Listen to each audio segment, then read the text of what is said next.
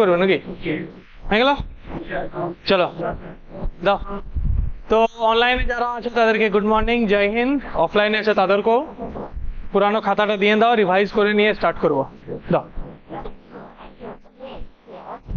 আমাদের আমাদের এই কোচিং থেকে মানে দ্য ক্যারিয়ার পয়েন্ট থেকেও অনেকজন পাস করছে আমরা ডাকে ডাকে এরপরে এখানে রাখবো আর তাদেরকে বলবো যে কে কে আসেছে কে কে পাস করেছে চাকরিটা খালি কনফার্ম হতে দাও পাস তো করা আছে চাকরিটা কনফার্ম হতে দাও তারপর বলবো পাঁচটায় পুরস্কারও দিয়া করাবো চলো ও মহীশূর হয়ে গেল নাকি প্রথম ইং মহীশূর যুদ্ধ কত সালে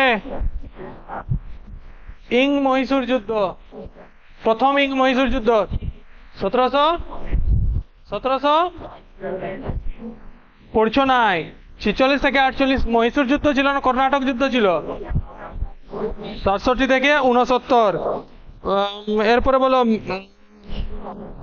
ম্যাঙ্গালোরের সন্ধি পরীক্ষা আসবে 1784 শ্রীরঙ্গপত্তমের সন্ধি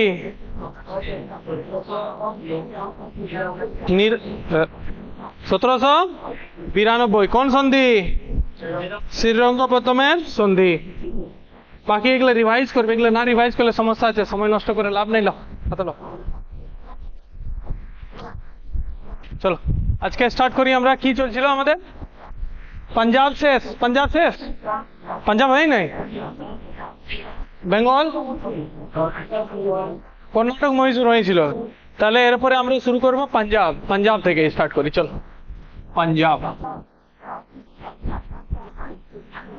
দেখো বারবার একটা জিনিস বলে আসেছি যারা আসছো তারা রিভাইজ করো যারা নাই আসছো অনলাইনে আছো তারা রিভাইজ করো পড়া জরুরি রিভিশন জরুরি তুমি কতটা পড়ছো সেই দিনে কতটা মুখস্থ করছো ততটা জরুরি নয় যতটা রিভিশন জরুরি প্রত্যেকটা ক্লাসে বলবো যতদিন নাই শুনবে ততদিন পর্যন্ত বলবো বুঝলে চলো পাঞ্জাবের মধ্যে যদি দেখি পাঞ্জাবের প্রতিষ্ঠাতা ধরা হয় রঞ্জিত সিংকে রঞ্জিত সিং কাকে রঞ্জিত সিং লিখবে নাই কেউ লিখবে নাই লিখার জন্য আলাদা টাইম দিব ছবি তোলার জন্য আলাদা টাইম দিব এদিকে তাকাও কাকে রঞ্জিত সিংকে পাঞ্জাবের প্রতিষ্ঠাতা বলা হয় পাঞ্জাব যে জায়গাটা সেই জায়গাটার প্রতিষ্ঠাতা রঞ্জিত সিংকে আবার শেরে পাঞ্জাব বলা হয় কি বলা হয় শেরে পাঞ্জাব মানে বিরাট মহান লোক ছিলেন শেরে পাঞ্জাব বলা হয় দেখো পাঞ্জাবের মধ্যে যদি আমরা দেখি শিখ গুরু হয়ে গেছে না আমাদের সবগুলো 10টা শিখ গুরু পড়াইছি কি নাই হ্যাঁ ও নতুন ক্লাসে হয় না 10টা শিখ গুরু পুরানা ক্লাসে হয়েছিল ও তাহলে আগে পাঞ্জাব শিখ গুরু পড়ানো উচিত ছিল আচ্ছা ঠিক আছে এটার পরে পাঞ্জাব শিখ গুরু ধরবো ওটা শেষ করে দেবো ওটার সাথে রিলেটেড আছে পাঞ্জাবের শিখ গুরু তোমরা বলবে যে স্যার এটা হয় নাই পাঞ্জাবের শিখ গুরু যদি আমরা দেখি পাঞ্জাবের মধ্যে শিখ ধর্মের মধ্যে পাঞ্জাবের মধ্যে শিখ ধর্মের মধ্যে 10টা শিখ গুরু এসেছিল ঠিক আছে সেটার মধ্যে প্রথম গুরু এসেছিলেন গুরু নানক এরকম করে নিয়ে আলাদা আলাদা করে নিয়ে গুরু গোবিন্দ সিং পর্যন্ত গেছিল তাহলে 10টা শিখ গুরু আসছিল ওই 10টা শিখ গুরু যখন ছিলেন তখন ইনারা নিজের পলিটিক্যাল নিজের আর্মি রাখেননি এরা গুরু অর্জুন দেবের সময় থেকে যখন আমরা অর্জুন দেব পড়বো তখন জানা যাবে সেই সময় থেকে এনারা আর্মি একটু মজবুত করতে শুরু করেন এনারা দেখেন যে আমাদের উপরে অত্যাচার হচ্ছে তখন অর্জুন দেবের উপর জাহাঙ্গীর তাকে মৃত্যু দণ্ড দিয়ে দেয় হ্যাঁ সেই সময় থেকে তারপর খালসা বাহিনী তৈরি হয় আর তারপরে আলাদা আলাদা করে নিয়ে যখন গুরু গোবিন্দ সিং এর মৃত্যু হয়ে যায় শেষে তখন তার একটা শিষ্য বান্দা বাহাদুর এরপরে তলোয়ার উঠায় এবং তারপরে গুরু গোবিন্দ সিং এর পরে কোনো গুরু আসে নাই তাহলে গুরু গ্রন্থ সাহেবটাকে তারা নিজের ধার্মিক প্রতীক রূপে বা গুরু হিসাবে তারা মানে নেই এটা চলতে থাকে যখন আমরা গুরু পড়বো তখন ডিটেলসে ভয় খাবে না যে আমি ডিটেলসে তখন যাব এখন জাস্ট উপরে বুঝে রাখো তো এই সময় কি হয়েছিল 12টা মিসল তৈরি হয়েছিল মিসল মানে একটা 12টা গ্রুপ ধরে নাও ঠিক আছে কার মৃত্যুর পর সব গুরুগুলা যখন 10টা গুরু মৃত্যু হয়ে যায় তখন একটা মিসল তৈরি হয় কটা মিসল 12টা মিসল 12টা মিসল তৈরি হয় কার ফোন আসছে ভাই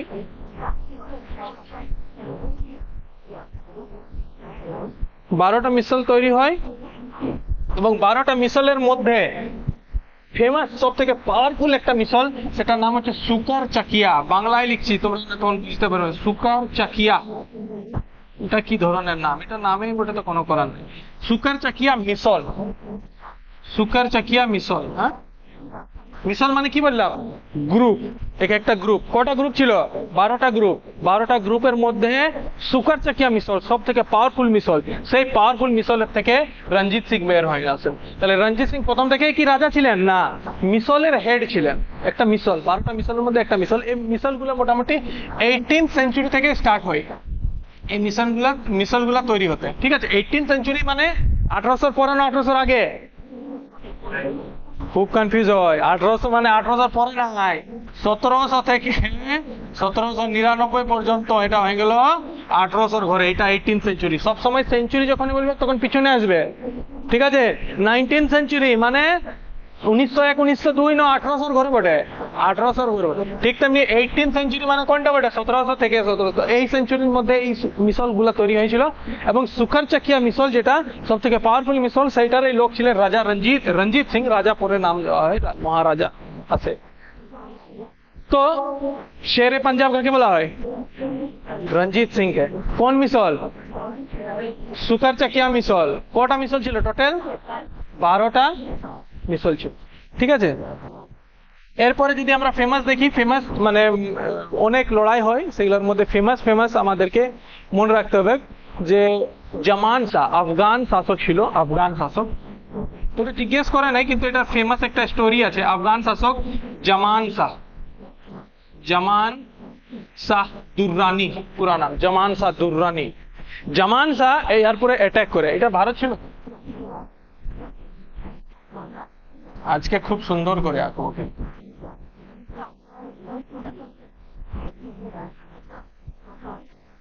ভারতের উপরের অংশটা, যেহেতু আমরা পাঞ্জাবের জায়গাটা বুঝছি, যারা দেখতে পাচ্ছ না সাইডে বসে দাও, পাঞ্জাবের উপরটা বুঝছি। তো এখান থেকে একটা নদী বয়ে যায়, সতলুজ নদী। কোন নদী? সতলুজ নদী। ঠিক আছে, তো সতলুজ নদীর উপরের অংশটা, এই জায়গাটা সতলুজ নদী। সতলুজ নদীর কিছু নিচেটা অংশটা রঞ্জিত সিং এর প্রভাবে ছিল। ঠিক আছে, সতলুজ নদীটাকে মেন এখন ধরিলাম। সতলুজ নদীর এই সাইড থেকে আফগান কে নাম জামান শাহ বারবার অ্যাটাক করে। বারবার অ্যাটাক করার পরও হারাতে পারেন এই যুদ্ধে রঞ্জিত সিংকে, এবং রঞ্জিত সিং এর বারবার জয় হয়। তো এই এটা জিজ্ঞেস করে 1797 বা 1797 থেকে স্টার্ট করে, এবং 1798 এরকম জায়গাগুলোতে বারবার অ্যাটাক, 2-3 বার অ্যাটাক করেছিল। ঠিক আছে, জিজ্ঞেস করা নাই, কিন্তু একটা ফেমাস স্টোরি আছে। বলা হয় যে লড়াই করতে গিয়ে নিয়ে জামান শাহ নিজের তোপ নদীর পড়ে যায়, আর তোপগুলা তখন কি করে, দিলীপ সিং রঞ্জিত সিং এর তোপগুলাকে বের করায়, ভালো পুছাপুছি করে নিয়ে একদম গ্রিস ত্রিস দিয়ে নিয়ে চাক করে নিয়ে দিয়ে দেয় ফেরত। না, আপনার তোপ বটে, আপনি আবার করে নিয়ে আর লড়াই করতে আসেন। উনি বলেন জামান শাহ যে বাহ, এত ভালো শাসক, এত পূর্ণ মানুষ, তো ভগবান বটে, এটা মানুষ নয়, ভগবান দেবতা বটে। এই লোকটার সাথে আমি লড়াই করছি, তাহলে এর সাথে লড়াই করবো না। এরকম করে নিয়ে লড়াইটা শেষ হয়েছিল, এরকম বলা হয়। এটা কথিত গল্প আছে, কিন্তু এটা আমাদের মনে রাখা দরকার নেই। এটা আছে জামান শাহ অ্যাটাক করেছিল। প্রশ্ন জিজ্ঞেস করে দেন এরকম, যদি কঠিন করতে হয় তাহলে প্রশ্ন জিজ্ঞেস করতে, রঞ্জিত সিং এর টাইমে কোন আফগান শাসক অ্যাটাক করে? জামান শাহ। ঠিক আছে, এইখান থেকে এইটুকু প্রশ্ন আছে। সাল জিজ্ঞেস করে নাই, সালটা এক্সট্রা নলেজের জন্য, ওটা ডিপে যাওয়ার দরকার নাই, ইউপিএসসি দিচ্ছ নাই। এরপর দেখো, আফগান শাহ তো হয়ে গেল, আর কি প্রশ্ন জিজ্ঞেস করে? আর একটা প্রশ্ন জিজ্ঞেস করে, তোমাদেরকে মনে আছে অমৃতসরের মধ্যে একটা টেম্পল আছে, গোল্ডেন টেম্পল। এটার নাম বটে হর গোবিন্দ সাহেব। হর গোবিন্দ সাহেব।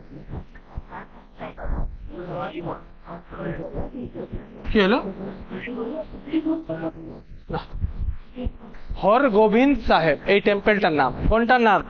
অমৃতসরের যে, অমৃতসর কথা আছে, পাঞ্জাবে আছে। যারা ঘুরতে যায়, গোল্ডেন টেম্পল ঘুরতে যায়, দেখবে সোনার টেম্পল, সোনার মন্দির বলে, স্বর্ণ মন্দির বলা হয় বাংলাতে, স্বর্ণ মন্দির বলা হয়, অমৃতসরের স্বর্ণ মন্দির। তো গোল্ডেন টেম্পল হর গোবিন্দ সাহেব ইয়ার নাম বটে টেম্পলটার। আগে এটার নাম ছিল এইটাই, কিন্তু পরবর্তীকালে ইনি কি করেন, রঞ্জিত সিং এটার উপরে সোনার লেপ চাপিয়ে দেন, সোনার লেপ। তার জন্য তারপর থেকে এটার নাম স্বর্ণ মন্দির বা গোল্ডেন টেম্পল হয়ে যায়। কি টেম্পল? গোল্ডেন টেম্পল নাম হয়ে যায়। তাহলে স্বর্ণ লেপ চাপানোর শ্রেয়টা কাকে যায়? রঞ্জিত সিং কে। কিসের লেপ? স্বর্ণ লেপ, মানে সোনার লেপ। কোন মন্দির উপরে?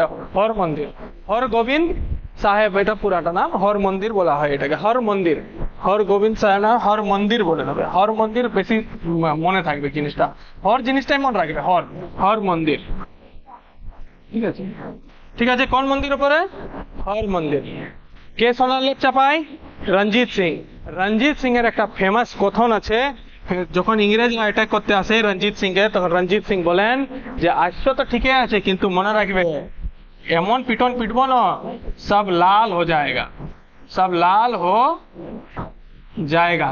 মানে পিটে নিয়ে লাল নাই, রক্ত বের করা নিয়ে লাল, বুঝলে? একটা পিটে নিয়ে লাল করা, এমন পিটবো না লাল হয়ে যাবে। ও লাল নাই, এটা লাল মানে কি সেন্সে বলেছে, পিটে নিয়ে লাল করবে, কোনো রক্তে লাল করবে ওটা নাই। তবে ইনিয়ে বলেছিলেন সব লাল হয়ে যায়গা। অনেক সময় কথন যদি আসে পরীক্ষায় তো এরকম জিজ্ঞেস করে যে সব লাল হয়ে যায়গা কে বলেছিলেন? কে বলেছিলেন? রঞ্জিত সিং বলেছিলেন। ঠিক আছে, ফেমাস কিছু নাই কে, রঞ্জিত সিং এর পরে দিলীপ সিং কে পড়তে হবে। দেখো রঞ্জিত সিং একটা খুব যোগ্য ব্যক্তি ছিলেন পাঞ্জাবের শাসনকর্তা হিসাবে। তারপরে সেই মতো কোনো রাজা আসে না। এরপরে তোমার খড়ক সিং, নওনিহাল সিং, শের সিং, এরকম করে নিয়ে আলাদা আলাদা রাজা আসে, কিন্তু কারো মৃত্যু হয়ে যায়, কারো হত্যা করে দেওয়া হয়, করিয়ে দেওয়া হয়, এরকম করে নিয়ে শেষ হয়ে যায় আস্তে আস্তে করে নিয়ে। এরপরে দিলীপ সিং আসে। তো এই ব্রিটিশরা দেখছিল আগে থেকেই যে কোন রকম করে নিয়ে এই যে পাঞ্জাবের যদি অংশটা আমরা নিতে পারি, যদি সেইটা জায়গাটা দখল করতে পারি, তাহলে খুব লাভ হবে। তারা সুযোগ পাচ্ছিল না। রঞ্জিত সিং এর টাইমে তো সুযোগ পাইলই নাই। রঞ্জিত সিং এর টাইমে কি বলা হলো যে রঞ্জিত সিং যখন রাজা ছিলেন তখন ইংরেজরা আইলো, বললেন শুনুন একটা কাজ করুন, আপনি এই যে উপরের যে জায়গাটা আছে না, সেই উপরের জায়গাটা আপনি শাসন করুন, আর তারপর নিচের সতলুজ নদীর যে নিচের জায়গাটা সেটা আমাদেরকে দিয়ে দেন। কিন্তু রঞ্জিত সিং এর প্রভাব উপরেও এবং নিচেও দু জায়গায় ছিল। রঞ্জিত সিং বললেন হ্যাঁ এরকম হবে নাই। একটা ছোট মোটো লড়াই হলো ইংরেজদের সঙ্গে। ইংরেজদের মধ্যে পাঞ্জাবের রঞ্জিত সিং একটু কমজোর পড়লেন। তিনি বুঝে গেলেন যে এখন যদি না হাত মিলায় এদের সাথে সমস্যা হবে। তিনি একটা সন্ধি সাইন করে নিলেন। 1809 সালে একটা সন্ধি সাইন হয়। সেই সন্ধিটার নাম হচ্ছে, খুব ইম্পর্টেন্ট, কোন মনে রাখুন, এই সন্ধিটার নাম মনে রাখবে, এটার নাম হচ্ছে অমৃতসরের সন্ধি। কোন শহর? অমৃতসরের সন্ধি। বারবার পরীক্ষায় আছে অমৃতসরের সন্ধি। পরীক্ষায় জিজ্ঞেস করে অমৃতসরের সন্ধি কবে সাইন হয়? 1809 সালে। কেন অমৃতসরের নাম? কেন অমৃতসরে বসে নিয়ে এই সন্ধিটা লেখা হয়েছিল, বলেনি অমৃতসরের সন্ধি হয়। এরপর থেকে সন্ধি অনুযায়ী রঞ্জিত সিং এর সতলুজ নদীর দক্ষিণে কোনো আর প্রভাব থাকে নাই, সতলুজ নদীর উত্তরে থাকে। এরপর কাশ্মীর, লাহোর এই সাইড গুলো তিনি নিজের কবজা বাড়ান। ঠিক আছে, এটা লিখো আগে, তারপর বলছি। ক্যাপচার করে নেবে, লিখার বদল নাই। দেখো সময় নষ্ট হবে, ক্যাপচার করো, ঘরে যায় লিখবে। একদম আরামসে বসে নিয়ে লাইন বাই লাইন লিখতে শুরু করে দেবে। এখন বাস মুখস্থ করো আর ক্যাপচার করো। মেন মোটিভ হচ্ছে তোমাদের এখানে আসার জন্য বুঝা আর মুখস্থ করা। ঘরে গিয়ে নিয়ে রিভিশন, ঘরে গিয়ে মুখস্থ হবে কি না মনে রাখবে। তো আমরা দেখলাম শেরে পাঞ্জাব কে বটে? রঞ্জিত সিং। বেসিনে ইয়ার সন্ধি, অমৃতসরের সন্ধি কত সালে? 1809। বেসিনের সন্ধি কত সালে? 1802। পরীক্ষায় দুটাই সন্ধি আছে, আমাকে মনে আছে আমার 10-এর পরীক্ষায় দুটাই সন্ধি বার আমি বলছি, বেসিনের সন্ধি আর অমৃতসরের সন্ধি। কোন এরকম স্টোরি দিয়ে থোড়ি পড়েছিলি আমরা, তো পরে যখন প্রিপারেশন নিতে গেলাম তখন এগুলা পড়লাম। তো অমৃতসরের সন্ধি আছে, দেখো রেকর্ড আছে না? নাই দেখবে যাবে, আছে না রেকর্ড? হ্যাঁ, অমৃতসরের সন্ধি কত সালে? 1809 সালে। কোন নদীকে সীমা হিসাবে ধরা হয়েছিল? সতলুজ নদী। কোন নদী? সতলুজ নদী। পরবর্তীকালে দেখবো যে ইংরেজরা কি করে, সতলুজ নদীর এই পাশে নিজের সৈন্য লাগাতে শুরু করে। তখন এইখানে অন্য রাজা ছিল দিলীপ সিং। দিলীপ সিং যে বাপ সৈন্য লাগা আছে আমার সতলুজ নদীর পাশে, কি ব্যাপার বটে, আমার উপরে অ্যাটাক করবে নাকি?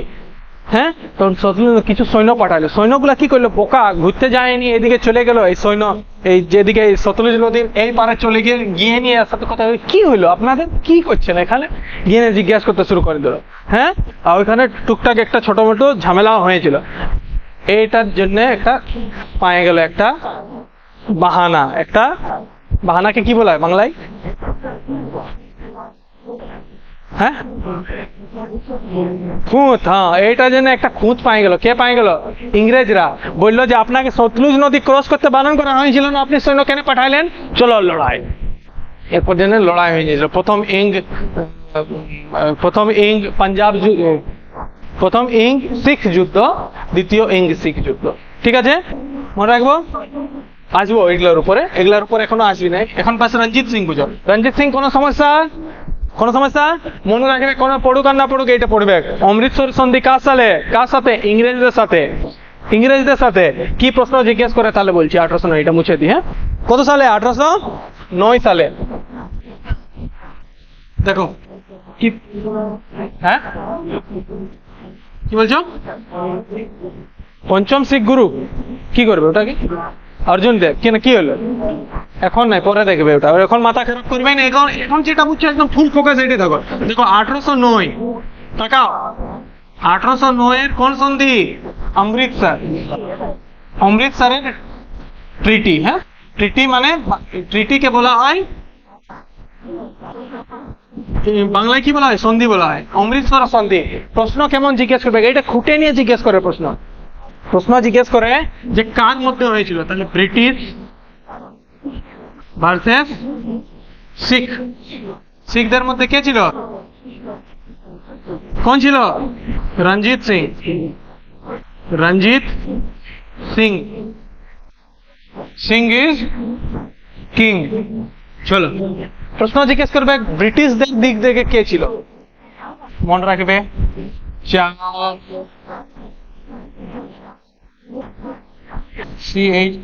চার্লস মেটকাফ জিজ্ঞেস করবে। দেখো যারা লিখছো এটা মুখস্থ করো, ঘরেও লিখতে পারবে, কিন্তু এটা মুখস্থ করো। মুখস্থ করা দিয়ে কি কে ছিল? Charles Metcalfe. এটাও আর শান্তি না হলে প্রশ্ন জিজ্ঞেস করবে চার্লস মেটকাফ অমৃতসরের সন্ধিয়ে কার দূত হয়ে এসেছিলেন? Lord Minto. মিন্টো কার? মিন্টো, মনে রাখো, মিন্টো। মিন্টো কার? মিন্টোর দূত হয়ে এসেছিলেন কে? Charles Metcalfe. তাহলে অমৃতসরের সন্ধি থেকে এত খোঁকরে নিয়ে জিজ্ঞেস করতে পারে, বুঝছো? কোথাও জিজ্ঞেস করবে, কোনো সমস্যা নাই। 1809 সালে কে, কোন সন্ধি? অমৃতসর সন্ধি। পাঞ্জাবের দিক দিয়ে, শিখদের দিক দিয়ে কে ছিল? রঞ্জিত সিং। আর ব্রিটিশদের দিক দিয়ে কে ছিল? Charles Metcalfe. কার দূত হয়ে এসেছিল? মিন্টো। লিখো, এটা ইম্পর্টেন্ট। লিখো মানে টুকো, বহুত বুঝাতে আছে। কবে শেষ করবো, জলদি করো।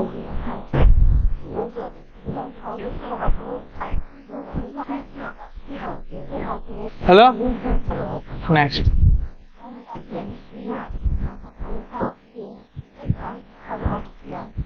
তাহলে দেখলাম এরপরে রঞ্জিত সিং এর যখন মৃত্যু হয়ে যায়, ইংরেজরা নিজের শাসন এখানে স্থাপন করতে চাইলেও পারে নাই। কেননা পাঞ্জাবের যে মূল, কি বলবো, মূল যে জনতা, যে পাবলিকের যে সাপোর্ট ছিল সে রাজার সাথে ছিল। আর পাবলিকের সাপোর্ট করলে তুমি রাজাকে সরে নিচে বসলেও পাবলিকে পিঠে নিয়ে মোড়াবে তোমাকে। পাবলিকের সাপোর্ট অবশ্যই জরুরি। তুমি যত বড় রাজা হোক, যত বড় যাক, তোমার পাবলিকের সাপোর্ট অবশ্যই জরুরি। একটা প্রশ্ন জিজ্ঞেস করে দিয়েছিল একবারে যে রঞ্জিত সিং এর ক্যাপিটাল বা রাজধানী কোনটা ছিল? মনে রাখবে, ক্যাপিটাল বা রাজধানী লাহোর ছিল। লিখে রাখো, ক্যাপিটাল তার রঞ্জিত সিং এর লাহোর ছিল। একবার জিজ্ঞেস করেছিল, একবার দুবার জিজ্ঞেস করেছিল লাহোর। লিখে দেবো নাকি? লাহোর ক্যাপিটাল। তাহলে ক্যাপিটাল কি ছিল? লাহোর। লগদি লাহোর দিয়া, বুঝলে? দিয়া। লাহোর কোথায় ছিল? পাঞ্জাবের অন্তর্গত ছিল। পরবর্তীকালে যখন ভাগ হয়ে যায় তখন পাকিস্তানের অংশে চলে যায় লাহোর, ঠিক? কিন্তু লাহোর আমাদেরই ছিল। এতদূর ক্লিয়ার? নেক্সট চলো, এরপরে দেখো। দাঁড়াও এক সেকেন্ড, তোমার কল আসছে যে।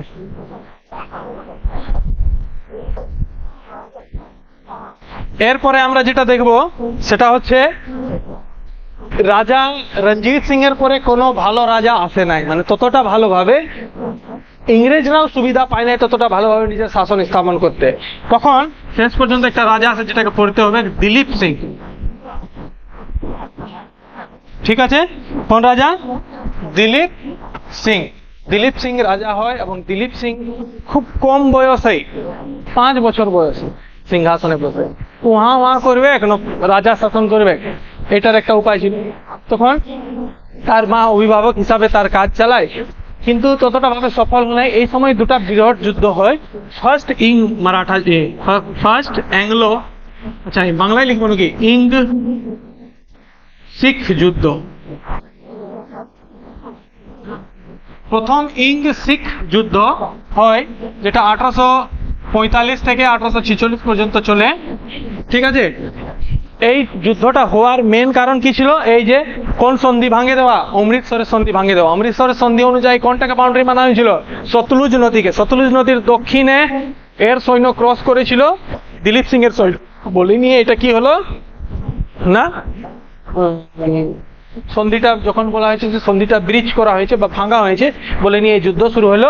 এবং এই যুদ্ধে হার হয়েছিল শিখদের এবং ইংরেজরা জয়লাভ করে। ইংরেজরা মানে তখন খুব বেশি পাওয়ারফুল হয়ে উঠেছিল। এই সময় দুটা সন্ধি হয়েছিল, মনে রাখার দরকার নেই। প্রশ্ন জিজ্ঞেস করে ইসের সন্ধি, লাহোরের সন্ধি জিজ্ঞেস করে নেই, এগুলো থেকে একদম এক্সট্রা লোড লিব না। নেক্সট আমরা যাব দ্বিতীয়, খালি সালটা মনে রাখবে, সেকেন্ড ইং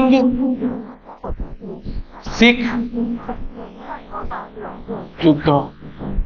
দ্বিতীয় ইং শিখ যুদ্ধ 1848 থেকে 1849,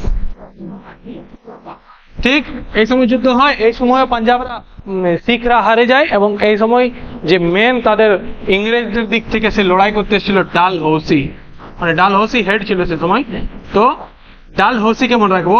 এই সময় কারনামা হয়ে যায়, মনে রাখবে। কোহিনুর হীরা কোথার লেমে রাইলো? ওয়ারাঙ্গাল বংশ, বর্তমান তেলেঙ্গানার ওয়ারাঙ্গাল বংশের ওয়ারাঙ্গালের কাকতিয়া বংশ থেকে কোহিনুর বেরালো। কে বের করলো? মালিক কাফুর। নিয়ে গেল আলাউদ্দিন খিলজির পাশে। খিলজি থেকে সেই সুলতানি বংশ শেষ হতে শেষ পর্যন্ত বাবরের পাশে। বাবর থেকে আস্তে আস্তে করে নিয়ে ইসের পাশে, শাহজাহানের পাশে। শাহজাহান কোথা লাগাইলো? কোহিনুর ইসের মধ্যে, ময়ূর সিংহাসনের মধ্যে।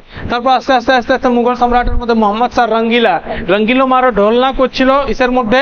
নাদির শাহ অ্যাটাক করলো, নাদির শাহ নিয়ে সব চলে গেল। ঠিক আছে, সেই সময় থেকে তারপর পাখতুনের কাছ থেকে, পাকিস্তানের একটা জায়গা আছে পাখতুন, সেই জায়গা থেকে আবার পাঞ্জাবের মধ্যে এই রাজার কাছে, দিলীপ সিং এর কাছে এসেছিল সেই হীরাটা। ঠিক আছে, কাদের পাশে? পাঞ্জাব বংশের কাছে ছিল হীরাটা। এই হীরাটা আসেনি শেষ পর্যন্ত। দ্বিতীয় ইং শিখ যুদ্ধ হলো এবং ডালহৌসি সে কোহিনুর হীরা নিয়ে ইংল্যান্ডে চলে গেল। এখনো ইংল্যান্ডের মহারানীর যদি আমরা মুকুটটা দেখি, মুকুটের মধ্যে কোহিনুর হীরাটা লাগা আছে। কোথাকার কোহিনুর হীরা? ভারতের কোহিনুর হীরা এখনো লাগাই আছে। ঠিক আছে, বুঝছো? তাহলে প্রথম ইং শিখ যুদ্ধ কবে সালে? 1845 থেকে 1846। দ্বিতীয় ইং শিখ যুদ্ধ কবে সালে? 1848 থেকে 1849 মধ্যে, মনে রাখবো। ক্লিয়ার? শেষ পর্যন্ত কোহিনুররা কোন যুদ্ধের দ্বারা গেল? দ্বিতীয় ইং শিখ যুদ্ধের কারণে গেছে। ঠিক আছে, কে নিয়ে গেল? ক্লিয়ার? লিখো, আর বেশি পড়ার দরকার নেই।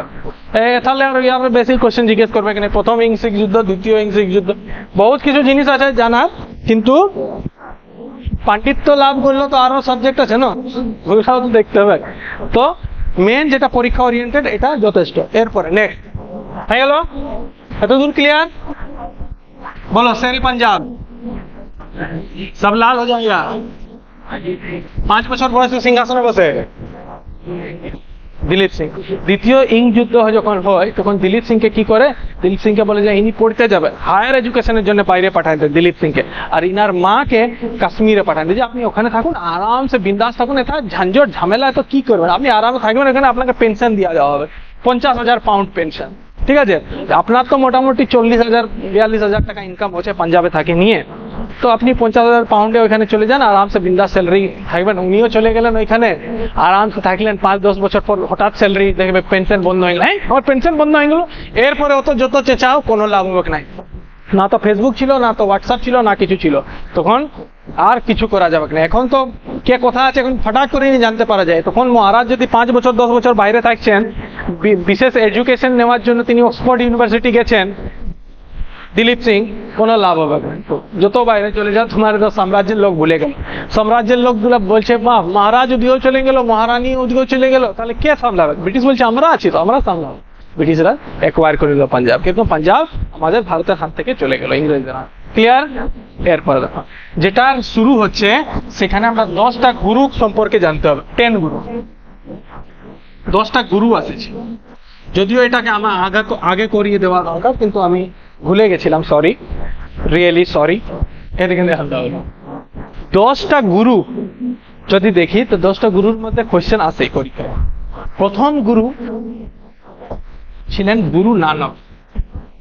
গুরু নানক স্যার 10টা গুরুর নাম কেমনে মুখস্থ রাখবো? আমি আছি তো, টেনশন কেন? টেনশন নেবেন। 10টা গুরুর নাম মুখস্থ রাখার দায়িত্ব আমার, সব ডিটেলস আমি মুখস্থ রাখাবো। 10টা গুরু একদম পড়তে শুরু করবে তাহলে।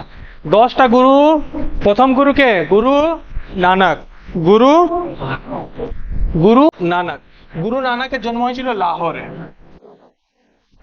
ঠিক তখন ভারতের মধ্যেই ছিল লাহোরটা।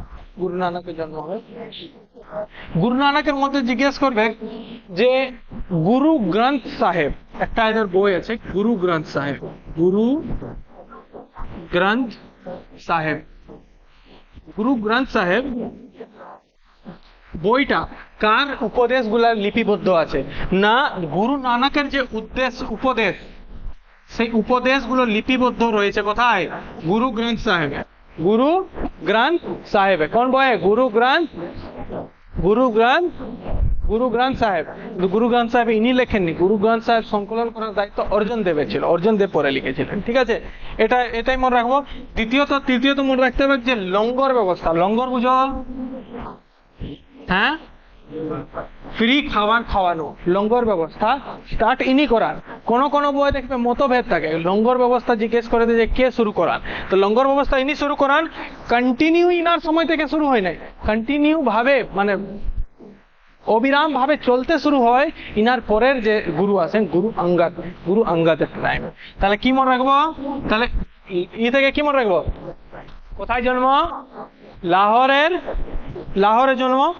লাহোরের মধ্যে ওটা মুখস্থ রাখা, লাহোরের জন্ম। এরপরে কোন বইয়ের মধ্যে তার উদ্দেশ্যগুলো সংকলন আছে?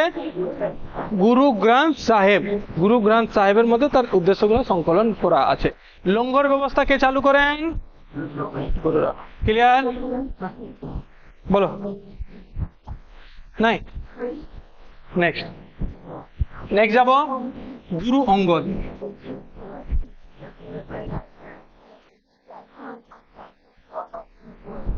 ওভারভিউ দিয়ে দিচ্ছি, পরবর্তীকালে পরের ক্লাসে আমরা এটাকে একদম মুখস্থ করে শেষ করে দেবো। এখন 2, 3, 4টা যেটা গুরু হতে দাও। গুরু অঙ্গদ। গুরু অঙ্গদের মধ্যে মনে রাখবো লঙ্গর ব্যবস্থাকে কন্টিনিউ করার দায়িত্ব ইনার ছিল। লঙ্গর ব্যবস্থা কন্টিনিউ করার।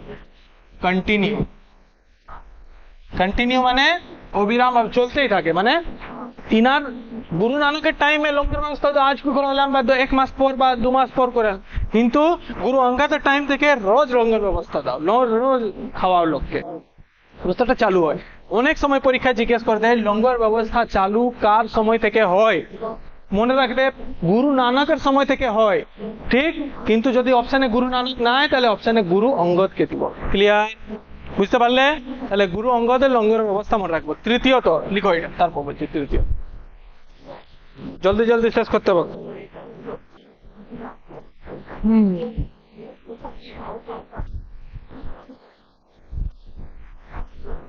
হ্যালো,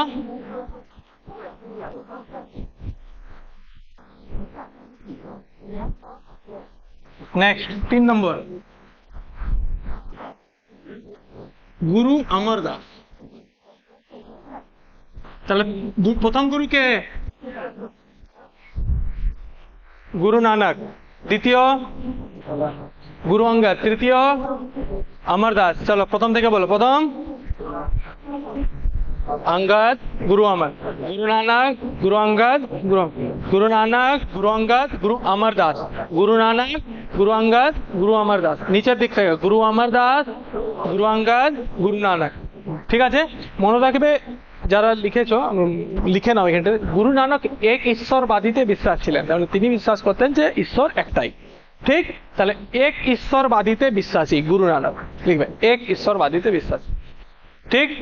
গুরু অমরদাস, গুরু অমরদাসের থেকে কোশ্চেন জিজ্ঞেস করে যে সুরা বা সুর,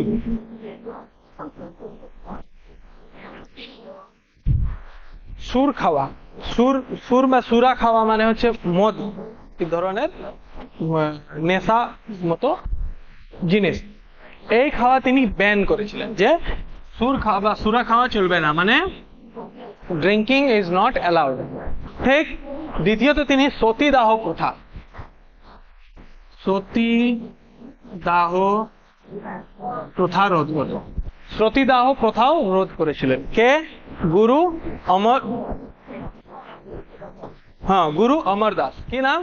গুরু অমর দাস সতীদাহ প্রথা রোধ করেছিলেন। কিরকম মনে রাখবে? অমর হতে গেলে কিছু না কিছু পান করতে হয়, তাহলে পান হওয়ার জিনিসটা বন্ধ করে দিয়েছিলেন। ঠিক আছে। তাছাড়া অমর হওয়ার জন্য লোক কি করে, অনেক বলিও দেয়, আগুনও লোককে চাপায় নিয়ে বলি দিয়ে দেওয়া হয়। তাহলে সতীদাহ প্রথা একটা এমন প্রথা ছিল যেটার মধ্যে লোককে আগুনে পোড়ায় নিয়ে মার দেওয়া হতো। এটা অমর হওয়ার একটা পদ্ধতি।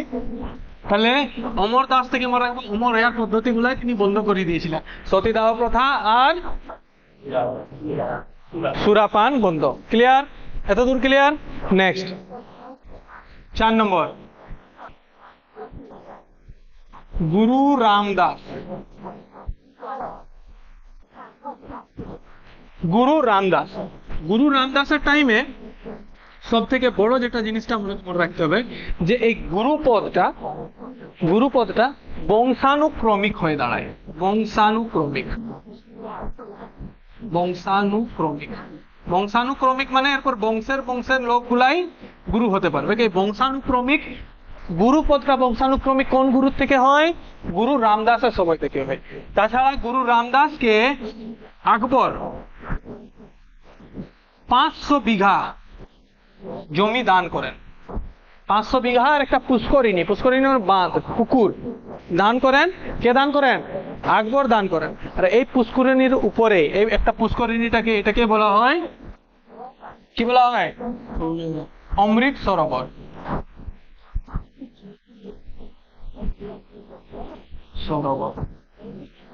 এই পুষ্করিণীটার নাম কি? অমৃত সরোবর। পরে এটার নাম অনুসারে কি নাম হয়েছিল? অমৃতসর। তাহলে অমৃত সরোবরের চারপাশে যে শহর গড়ে উঠেছে সেটাকে অমৃতসর বলা হয়। তাহলে এই পুষ্করিণী বা বাঁধটার নাম কি? অমৃতসর। আর এই বাঁধটার মাঝে একটা মন্দির তৈরি করা হয়, সেটার নাম হচ্ছে হর মন্দির। কোন মন্দির? হর মন্দির। তাহলে হর মন্দিরের প্রতিষ্ঠা কে করেন? গুরু রামদাস। 500 বিঘা জমি কে দান করেন? আকবর। কাকে দান করেন? গুরু রামদাসকে। তাহলে গুরু রামদাস খুব ইম্পর্টেন্ট আমাদেরকে মনে রাখতে হবে। অমৃত সরোবরের নির্মাণ কে করেন? গুরু রামদাস। ক্লিয়ার? লিখো।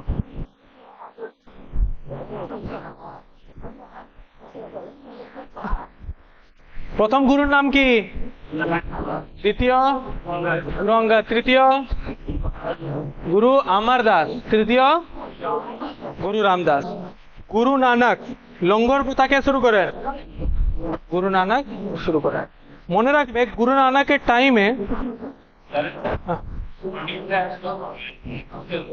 কম ধনী লোক ছিল কি এরা? ফকির পাই না, ধনী লোক ছিল। মানে দেখো কত লোকেই কত ছিল। এখন আমাদের গ্রামের মধ্যে 250 লোক হয়ে গেছে।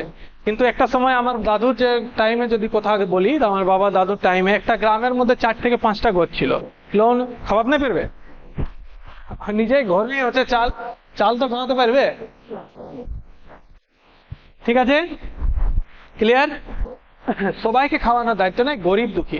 এমন এদের মধ্যে এটাও আছে যে আমরাও সাধারণ লোক নিয়েও এখন খায় লিছে, কিন্তু সেই সময় এরকম হতো না যে যারা গরিব দুঃখী আছে তারাই গিয়ে নিয়ে খেত। ঠিক আছে? তাহলে মনে রাখবো যে গুরু নানকের টাইমে, গুরু নানক যখন ছিলেন তিনি নিজের শিষ্য রাখতে শুরু করেন। সেই শিষ্যগুলাকে শিষ বা শিখ বলতেন। কি বলতেন? শিষ বা শিখ। শিষ বা শিখ। তাহলে কার শিষ্যকে শিষ বা শিখ বলা হতো? গুরু নানকের। সেইখান থেকে এই শিখ সম্প্রদায়ের জন্ম হয়েছে। এদের যত পাঞ্জাবি লোকগুলোকে, মানে পাঞ্জাবি লোকগুলোকে শিখ বলা হয়। কোন ধর্মের অন্তর্গত? শিখ ধর্মের অন্তর্গত। ক্লিয়ার হলো? নেক্সট এটা লিখলে না? কত বিঘা জমি? সুকার চাকিয়া মিসাল থেকে কে এসেছিল? রঞ্জিত সিং। টোটাল কটা মিসাল? 12টা মিসাল। কোন আফগান শাসককে হারাইছিল?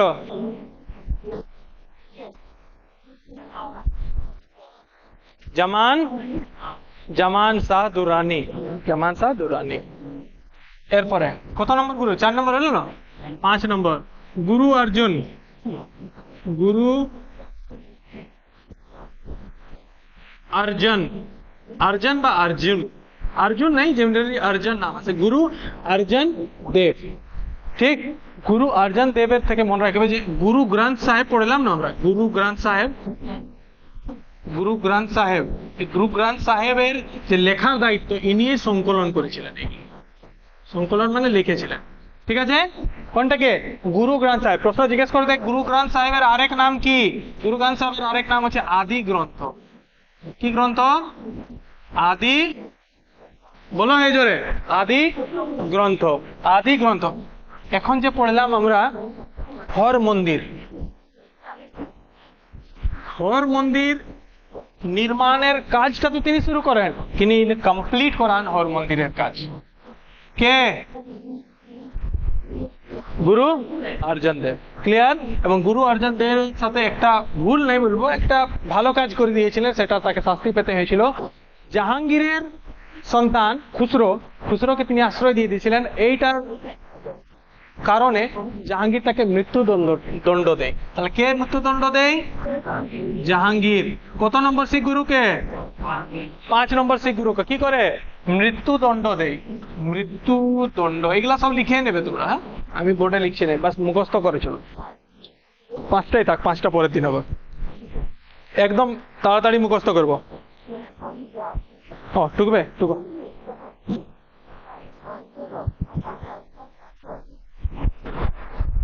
রেডি?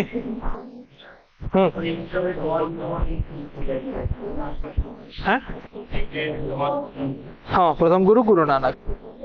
ঠিক আছে, প্রথম গুরুর নাম ভগবান, ভগবান মানা হয় নাই, গুরু মানা হয় এখানে। ঠিক আছে, তাহলে প্রথম গুরু গুরু নানক, দ্বিতীয় গুরু গুরু অঙ্গদ, তৃতীয় অমর দাস, তৃতীয় রামদাস, চতুর্থ অর্জুন দেব। ঠিক আছে, গুরু নানক থেকে কি কি জিনিস মনে রাখবো? গুরু গ্রন্থ সাহেবের যে উপদেশগুলা, গুরু নানকের উপদেশগুলা গুরু গ্রন্থ সাহেবের মধ্যে আছে। ইনার শিষ্যগুলাকে শিখ বলা হয়। ঠিক, তাছাড়া তিনি লঙ্গর প্রথা এখান থেকে শুরু হয়, জন্ম লাহোরে হয়েছিল। আর কিছু মনে রাখা দরকার। তৃতীয়ত গুরু অঙ্গদ, গুরু অঙ্গদ কি করেন না, কাজ তো অনেকগুলো করেছিলেন, কিন্তু ইম্পর্টেন্ট যেটা পরীক্ষা আসবে সেটা মনে রাখতে হবে যে লঙ্গর প্রথাকে কন্টিনিউয়াসলি চালানোর দায়িত্ব তার শ্রেয়তে যায়। তৃতীয়ত হচ্ছে গুরু অমরদাস, অমরদাস দুটা কাজ করেন, সতীদাহ প্রথা ব্যান আর সুরাপান বন্ধ। চতুর্থ নম্বর গুরুর নাম হচ্ছে গুরু রামদাস। গুরু পদটা বংশানুক্রমিক করার দায়িত্ব ইনার ছিল, মানে ইনি করিয়ে দিয়েছিলেন। আর কি কাজ করেন? 500 বিঘা জমি দান কে করে? আকবর। আর কি দান করে? একটা পুষ্করিণী, পুষ্করিণীটার নাম কি? অমৃত সরোবর। আর মন্দিরটা, ওখানে একটা মাঝে একটা মন্দির গড়া, মন্দিরটার নাম কি? হর মন্দির। হর মন্দিরের পরবর্তীকালে কি নাম হয়?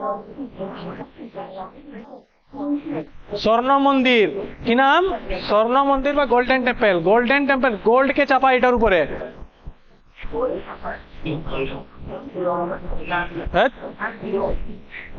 রঞ্জিত সিং, রাজা রঞ্জিত সিং, মহারাজা রঞ্জিত সিং, তিনি এটার উপরে গোল্ড কোটিং করান। হর মন্দির শুরুর প্রতিষ্ঠা করার কাজ কে কে করেন? প্রতিষ্ঠা গুরু রামদাস। দেখো রামদাস, রাম থেকে মনে রাখবো ধর্মের সাথে রিলেটেড, তিনি প্রতিষ্ঠা করলেন। আর শেষ কে করালেন? অর্জুন দেব। ঠিক আছে, গুরু অর্জুন দেব। ক্লিয়ার? তাছাড়া গুরু অর্জুন থেকে আর কি মনে রাখবো? তিনি খুসরো কে আশ্রয় দিয়েছিলেন বলে নিয়ে জাহাঙ্গীর তাকে কি করে? মৃত্যুদণ্ড দিয়ে দেয়। তাছাড়া কোন গ্রন্থ সংকলন করে? আদি গ্রন্থ বা গ্রন্থ সাহেব। ঠিক আছে, প্রথম ইং শিখ যুদ্ধ কত সালে? বলো। 1800 প্রথম, 45 থেকে 46। দ্বিতীয় ইং শিখ যুদ্ধ 48 থেকে 49। অমৃতসরের সন্ধি 1809। কার সাথে কার? ব্রিটিশ সাথে শিখদের। কে ছিল শিখদের দিক দিয়ে? রঞ্জিত সিং। আর ব্রিটিশদের দিক দিয়ে মেটকাফ। মেটকাফের কার দূত হিসেবে এসেছিলেন? মিন্টো। কার কাছ থেকে কোন ব্রিটিশ কোহিনূর হীরা নিল? কার কাছ থেকে নিল? দিলীপ সিং। দিলীপ সিং এর কাছ থেকে। কোহিনূর হীরা নিয়ে কথা পাঠালো ইংল্যান্ড। তারপর ইংল্যান্ড থেকে ভারতে কে নিয়ে এলো? আনবে পরবর্তীকালে কেউ না কেউ। ঠিক আছে, পরবর্তীকালে কেউ না কেউ তো আনবে। ঠিক হয়ে গেল, শেষ। কোন সমস্যা? তাহলে গুরুগুলা রিভাইজ করে রাখবে, গুরুগুলা পরের দিন আরেকবার রিভাইজ করে নিয়ে পুরোটা শেষ করে দেবো, আর বেঙ্গল চলে যাবো। বেঙ্গল বুঝে নিয়ে এরপরে আমরা কি করব, 1857 বিদ্রোহ, 1857 শেষ হয় নিয়ে কংগ্রেস, কংগ্রেস থেকে শুরু করে গান্ধীজি নেতাজি করে নিয়ে কুछ শেষ। ক্লিয়ার? আজকে ক্লাস এখানেই থাক। থ্যাংক ইউ, জয় হিন্দ, গুড বাই। हाँ सब्सक्राइब।